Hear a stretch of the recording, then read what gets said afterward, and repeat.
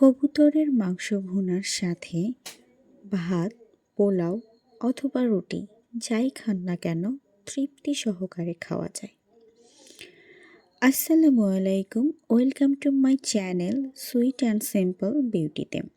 আজকে আপনাদের জন্য নিয়ে এসেছি কবুতরের মাংস ভুনা রেসিপি। প্রথমে একটি প্যানে 1 টেবিল চামচ পরিমাণ সাদা তেল নিয়ে তাতে 1 কাপ পরিমাণ পেঁয়াজ কুচি এবং 1 কাপ পরিমাণ রসুন কুচি দিয়ে দিতে হবে। রসুন কুচি এবং পেঁয়াজ কুচিকে ভালোভাবে ভেজে নিতে হবে। পেঁয়াজ কুচি এবং রসুন কুচি ব্রাউন কালার আসা পর্যন্ত ভাজতে হবে।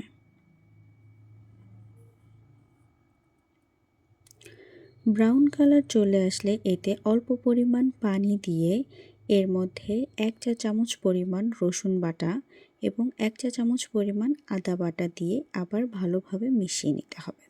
হাফ কাপ পরিমাণ পানি দিয়ে এতে 1 চা চামচ হলুদ গুঁড়ো, 1 চা চামচ ধনিয়া গুঁড়ো, 1 চা চামচ মরিচের গুঁড়ো, 1 চা চামচ লবণ দিয়ে ভালো করে মিশিয়ে নিতে হবে। এরপর 1 টুকরো দারচিনি, 2 পিস সাদা এলাচ, কালো এলাচের অর্ধেকটা এবং হাফ চা চামচ দারচিনি গুঁড়ো দিয়ে ভালোভাবে মিশিয়ে নিতে হবে। মশলা কষানো হলে এর মধ্যে কবুতরের মাংসগুলো ঢেলে দিয়ে ভালোভাবে মিশিয়ে নিয়ে ঢাকনা দিয়ে 5 মিনিটের জন্য ঢেকে দিতে হবে। 5 মিনিট পর মাংস কষানো হয়ে গেলে ঢাকনা খুলে ভালো করে নেড়ে ছেড়ে এতে 1.5 কাপ পরিমাণ পানি দিয়ে দিতে হবে।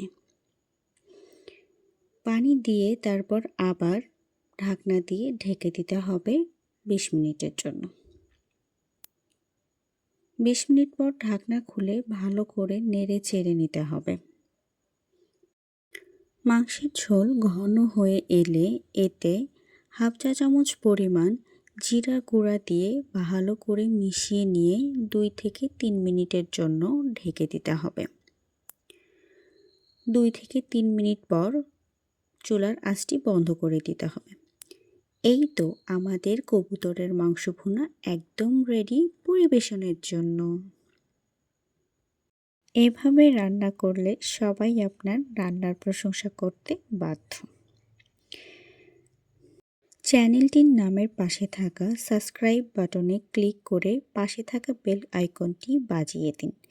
এতে করে ভিডিও আপলোড করার সাথে সাথে আপনার কাছে নোটিফিকেশন চলে যাবে। আর ভিডিওটি ভালো লাগলে একটি লাইক এবং শেয়ার করে উৎসাহিত করবেন। ধন্যবাদ সবাইকে।